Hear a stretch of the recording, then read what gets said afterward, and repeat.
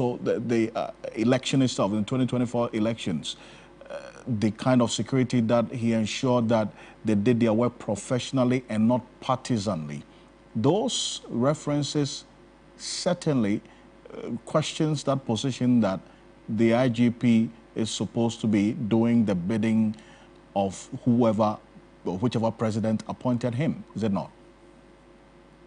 Good. So now let's ask this question. Mr. Ocansey, so on what basis was Dampare adjudged, okay, as better than Yohunu, and Dampare jumped? Yohunu is far senior to Dampare, and yet Dampare was given the position. On what basis? Was there an exam that was written? No.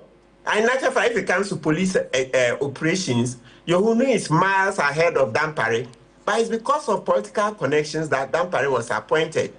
Go, conduct a survey today in the Ghana Police Service that between Dampare and Yohunu, who is master of police operations.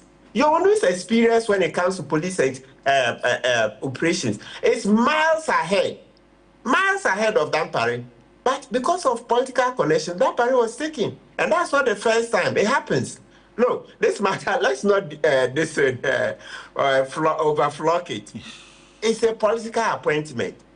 Even Dampare himself, when he's out of office, you conduct an interview with him. Let him tell you whether was it an exam, was it done through an independent process? No, it's a political appointment. Now let's come to the elections. Please, let's be extremely careful how we are attributing the success of the elections to Dampare. The success of this election is largely due to the citizenry. I wasn't even making direct reference to this particular election. I was referring to, this election as well, the police service was commended. But the Asin North by-election as well. I mean, this is a conversation we've had before, that the IGP and the Ghana Police Service was commended for doing their job professionally, is it not? Yes, when you win, that's the way the world works. When you win, initially, out of excitement, you use very kind words lavishly. Then later, you find out that you don't even understand what you were saying. Listen, I said enough. Yes, one constituency by-election, you would use that as a yardstick to say you should remain. It's not sufficient. You don't think that is a citizen who were also extremely vigilant, and the role played by the NDC, just like in the last election. You know how much NDC had to train citizens all over. So sometimes we make it look like, when I say even the citizenry, to be very blunt, NDC had to train a lot of citizens to be on the alert. So the police service and the intelligence community itself knew that if they attempted to raid, the mayhem that would have happened in this country, don't play. NDC trained a lot of people. You have no idea. Let's stop saying this and that is a police service that won the elections for us. Look, let me tell you, in each polling station, how many policemen are there? Look at the election architecture. Each polling station, how many police? 3, 4, some 2. Don't we bring fire service, immigration, etc. to augment that? Let's not make a mistake. NDC had a lot of people trained. It's not everything you can say. Right. All right? It's not everything we can say here. So let's stop ascribing the success of the election to IGP Dampare. So why are we not also ascribing the deaths that happened to him? No, so that's why I told you that what happens is that when people win, naturally you become magnanimous, all right? So, magnanimous in victory. So people would give a lot of charitable words, kind, shower praises on everybody else. Yes, it's part of the peace-building process, or kind of mobilizing people to support a government, but they don't mean it seriously. I'm telling you that maybe when they talk to the NDC, let them really tell you how they prepared for the elections. When you understand it, then you see that, no, it's a mistake to say that it's a police service that under Dampare, that's how come the election was very peaceful. Don't you see places where the military went? When the military went and were attacking citizens, could the police stop them? No. Well, And so we'll see how the May hearing of this particular case would go. But then again, it does not in any way, it's not going to affect this new IGP who's going to be sworn in tomorrow, is it not? It's going to be 2 months in office by May when this case is heard. What we cannot say so. You know, as for the Supreme Court, they're a policy court generally. So what you are saying, yes, you mean that the interpretation is generally prospective. So you are right that most of the time when they interpret, it takes a prospective effect. That's moving forward, right? But there are also some exceptions where they are able to make it retrospective. So let's, because I'm a lawyer, I have to bring out that I understand part. the challenge, yes, and I appreciate the limitation in there as well. And I know we'll be talking some more on this matter in the coming days. So I thank you so much for your initial Yeah, thought. but Mr. Ocansey, what I'm interested in is that as Mr. Ekufu Dampare is going, Dr. Ekufu Dampare, we want him to be held accountable for the Botiano killings. Those killings, 9 of our citizens killed by the PIDs. I mean, without justification. And also, the Nigerians were killed at the police headquarters there that he's gotten a lot of his surrogates to say no Nigerian died. No, we want full investigations into all the killings by the PID. Okay. All the killings by Dampare's PID. Well, so this is a matter that you've raised before, so we will see whether it will be of interest as well to the next administration taking over this Ghana Police Service hierarchy. But I appreciate your time. Thank you so much for joining us. Martin Pebo is private legal practitioner joining us here on Ghana Tonight. I'm going to go for this quick break. When we're back, we'll get into this conversation that I had with the Finance Minister, Dr. Kasiel Atoforsin, responding to some of the issues that the NPP raised in their press conference earlier today. Stay with us.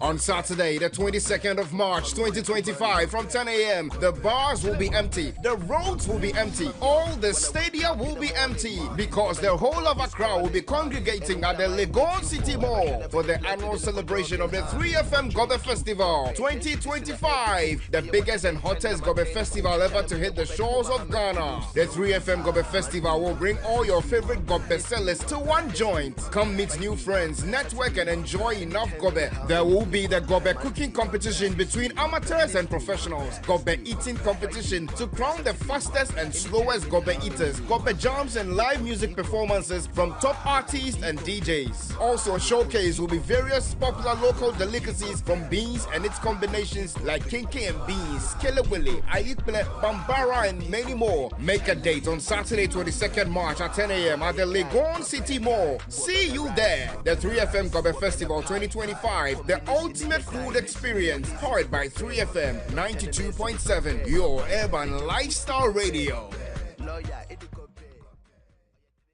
A young man dares to be patriotic enough to support his mother. My mom is a food seller, popular food seller in Accra here.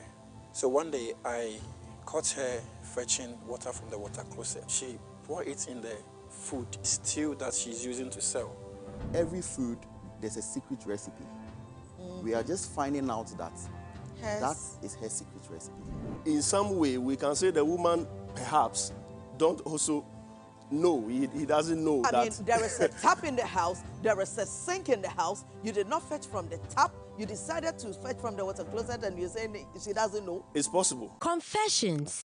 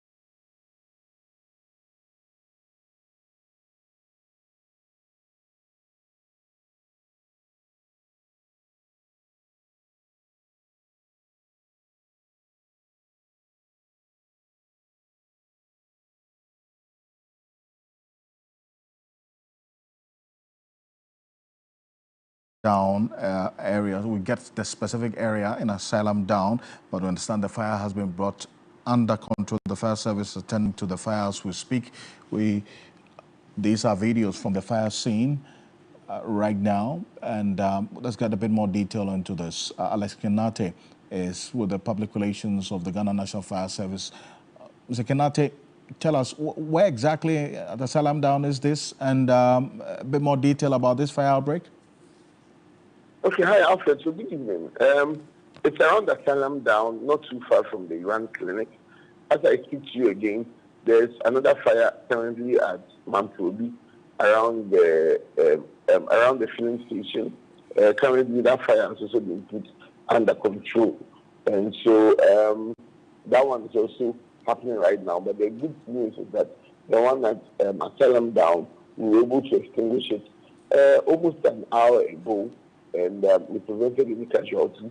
Unfortunately, the contents of the building, it was a big room or a building, the top floor of the building that was used as a micro credit office. The fortunate thing is that due to our timely intervention, they were able to get their money out, but unfortunately, the furniture and then the computers that they used, unfortunately, got burnt. I see. Now,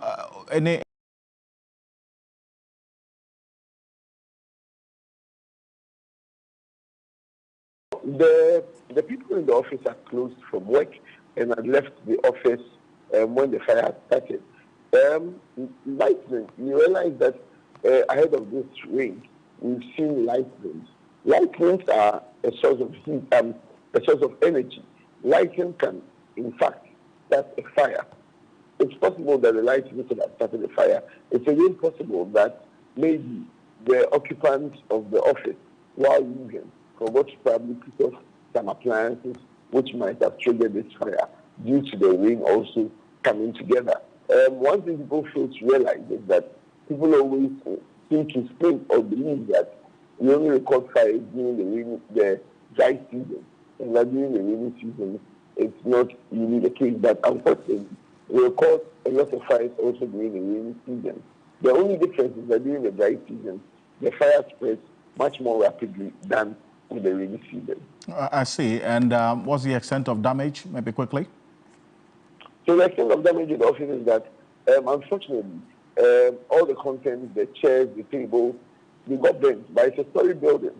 So we're able to contain the fire from affecting the shop below. And then it's also situated in a house. So we have to work out to make sure that the fire does not get to the house itself. So unfortunately, the microcredit office and its content got burnt, but for the money, apart from the money that we have stored inside. Ediowan Alex Kenate, I thank you very much for this particular update and then information as well. And we're keeping an eye on this fire outbreak and then also the other we are just hearing as well. So stay with us here on TV3 and on 3news.com and on 3FM 92.7. Earlier today, the NPP addressed a press conference describing the budget presented by the Finance Minister, Dr. Kasila Toforsen, as one full of voodoo statistics meant to make Ghana look bad, and that they're calling on the IMF to come in to address this. And this is what I put to the Finance Minister earlier today. Just a portion of this interview, the full complement of it will be played tomorrow morning. But take a look at this. And being truthful with the people. And aside, being disciplined. I'm of the hope that if you mean well, amidst the challenges that we face, regardless, you can fix the mess that we have inherited. We're going to get into what the MPP thinks about what your truthfulness is, because they say that what you presented in the budget cannot be true. It is not a true reflection what have they, of what they handed over to you. To date, they've not been able to say that it's not true that they left a debt behind.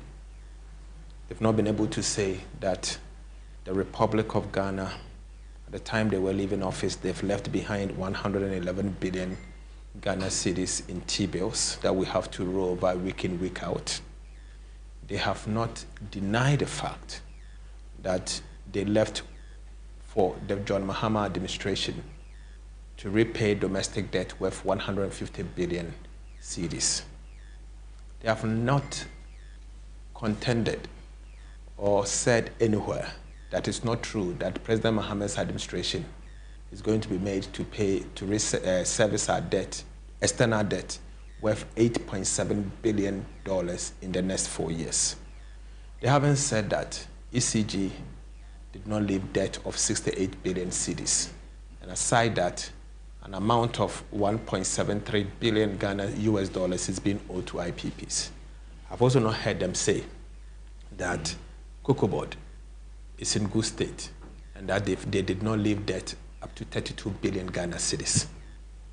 And that, most worrisome, they also awarded contracts of which they do not have budget for, 195 billion Ghana cedis. Contracts that they have awarded before they left office. They've not they've never said that that is not the case. And the fact that they had processed expenditure worth 18 billion Ghana cedis to control an accountant general by NDA, and there was no money for. Oh, we're going to get into that, because they say that these figures that you talked about are not audited as yet. So why then do you add it to the budget when all these figures that you mentioned have not been audited, really to present it to Ghanaians in the budget? So first of all, You know, the MPPs used to double standard, and it has always been their modus operandi. Anytime their back is against the wall, and they themselves knowing very well that they've left a mess behind. As a Minister of Finance, I came to this ministry and came to understand that the Controller and Accountant General is holding BTAs, bank transfer advice, worth 18.3 billion Ghana cedis. 18.3 billion Ghana cedis.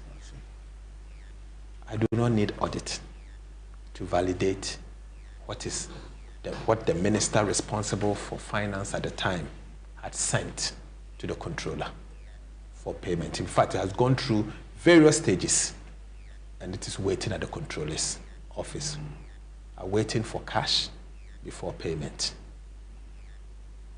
I do not need audit to know that certain ministries have signed IPCs and have sent to Ministry of Finance for Ministry of Finance to process again to controller for payment, worth 49 billion.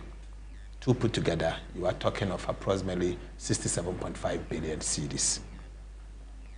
What I need of an audit for is to ascertain the authenticity of the amount that they have said we should pay, for me to know whether that amount, that company in question did some work for Ghana or not. But the fact remains that ministries, departments, and agencies under President Akufo-Addo had done work, sent the invoices to the Ministry of Finance, and the Ministry of Finance has also forwarded some, the Minister of Finance has also authenticated some, and has been sent to the Controller and Accountant General. My audit that I'm going to do is not to assess the quantum, because I've done the verification already. Done the verification? I've done the verification already, and the verification is what gave me the 67.5 billion. The audit I'm going to do is to ascertain the accuracy, the validity of that claim, whether indeed they did work worth 67 billion cedis, of which they are asking the Republic of Ghana to fund.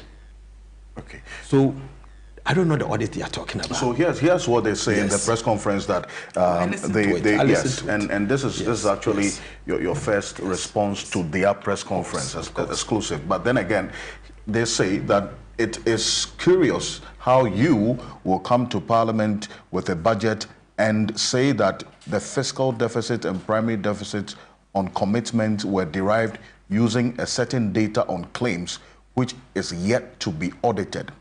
Yet you have announced results also derived from the data to the effect that the economy is bad. It is too elementary, in their view, to know that when you have not audited your figures, you certainly cannot put them in a budget. No, our brothers and sisters in the MPP have missed it.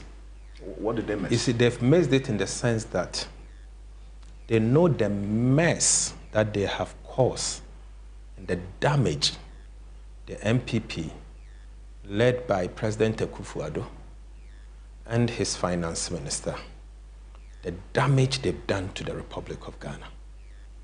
And so, if you sign on to a program